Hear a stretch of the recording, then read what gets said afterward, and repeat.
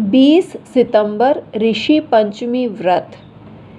7 बार बोलें ये शब्द, ज़िंदगी में पैसा और सुख दोनों मिलेंगे।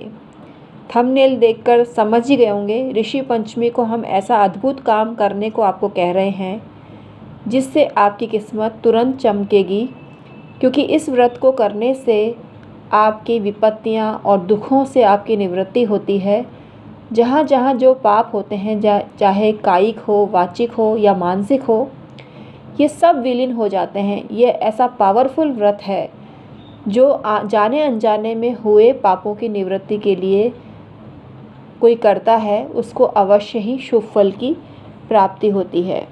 जो स्त्री ऋषि पंचमी के व्रत को करती है वह सदैव सुखी और रूप लावण्य को प्राप्त करने वाली होती है, सदा पुत्र पौत्रादि से संपन्न होती है। सभी प्रकार के आनंद उसके जीवन में व्याप्त होते हैं, आपत्तियां विपत्तियां तुरंत दूर हो जाती हैं। तो ये व्रत इतना पावरफुल है। ये व्रत भाद्रपद मास के शुक्ल पक्ष की पंचमी को किया जाता है। इस व्रत के लिए स्त्रियां विशेष रूप से अपने पति की मंगल कामने के लिए ये व्रत करती हैं, लेकिन विशेष रूप से इसका बहुत महत्व है। और यह व्रत सप्त ऋषियों के लिए भी किया जाता है, जो कश्यप, भारद्वाज, गौतम, अत्रि, जमदग्नि, वशिष्ठ और विश्वामित्र के निमित्त किया जाता है और उनकी पूजा अर्चना इस दिन की जाती है।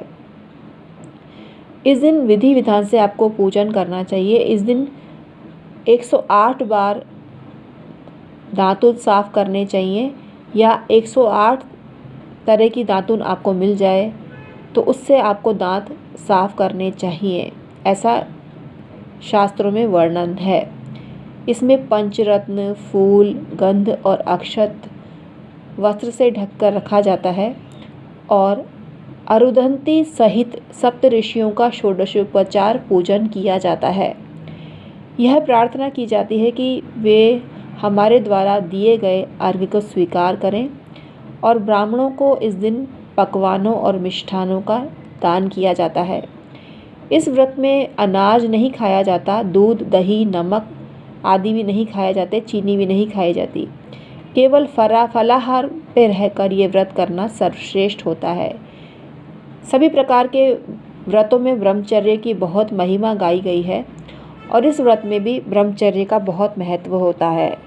दूर्वा में 7 तरह के जो स्टिक होती है उसको लेकर ऋषि पंचमी का पूजन किया जाता है।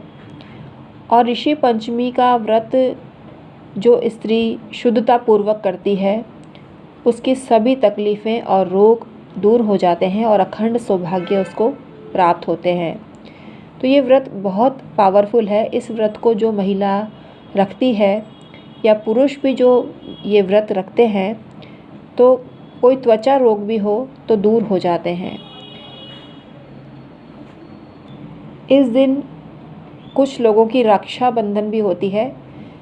रक्षाबंधन के ठीक 1 मास बाद ये राखी आती है, इसको भी रक्षाबंधन कहते हैं और राखी इत्यादि बांधा जाता है। अगर आपको कोई फाइनेंशियल दिक्कत है तो इस व्रत में आपको हल्दी का तिलक लगाना चाहिए और 300 ग्राम गीली चने की दाल और गुड़ लेकर पूजा करनी चाहिए। पीले वस्त्र पाटे पे बिछाएं और उस पर सभी सामग्री पूजा की रखें तो आपको लाभ मिलता है।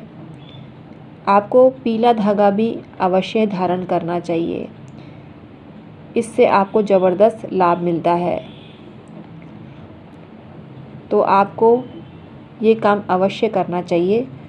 ऋषि पंचमी के दिन रजस्वला स्त्री को व्रत नहीं करना चाहिए और ये जाने अनजाने पूर्व जन्म में या किसी भी जन्म में ये व्रत हो गया हो तो उस पाप का भी विमोचन हो जाता है, मतलब विमोचन नहीं, निवारण हो जाता है। तो आई होप ये वीडियो आपके लिए बहुत यूज़फुल रही होगी। हम हैं एस्ट्रोलॉजर और वास्तु कंसल्टेंट डॉक्टर उमाश्री।